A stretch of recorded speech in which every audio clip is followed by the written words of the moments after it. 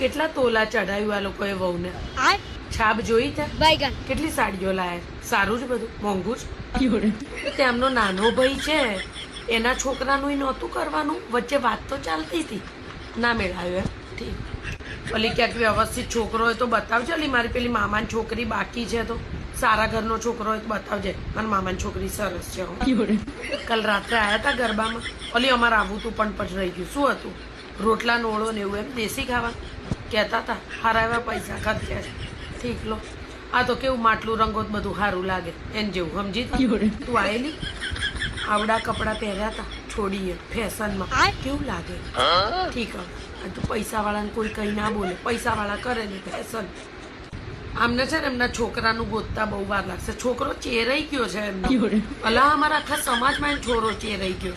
છોકરીનું તોય થઈ ગયું, લવ મેરેજ જ છે એવું ખબર. એ તો હવે રહેવા દો ને, આપણે પછી મળશું ત્યારે વાત કરશું. આ તો બધું કંકોત્રીમાં એક સરનેમ છે ને એટલે બધું હચવાઈ ગયું. તમે મળો ઘેર આવો, ચા પીશું ત્યારે વાત. કોલેજ જતી ને, મારા હમણે કેટલી વાર જોઈ છે. LD કોલેજ પાસે પેલી લીમડાનું ઝાડ છે ને, જ્યાં પેલા કોકો વાળો ઉભો રહે એની જ જોડે ઊભી હોય, છોરાની જોડે.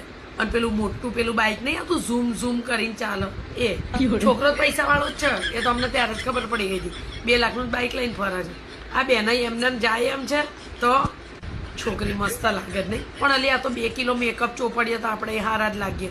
આપણે એક જમાનામાં તૈયાર નહોતા થયા, અને અત્યારે જો તો આ સેટ પહેર્યો એ લીધો 4 તોલાનો. મસ્ત જ નહીં? ડિઝાઇન સરસ છે.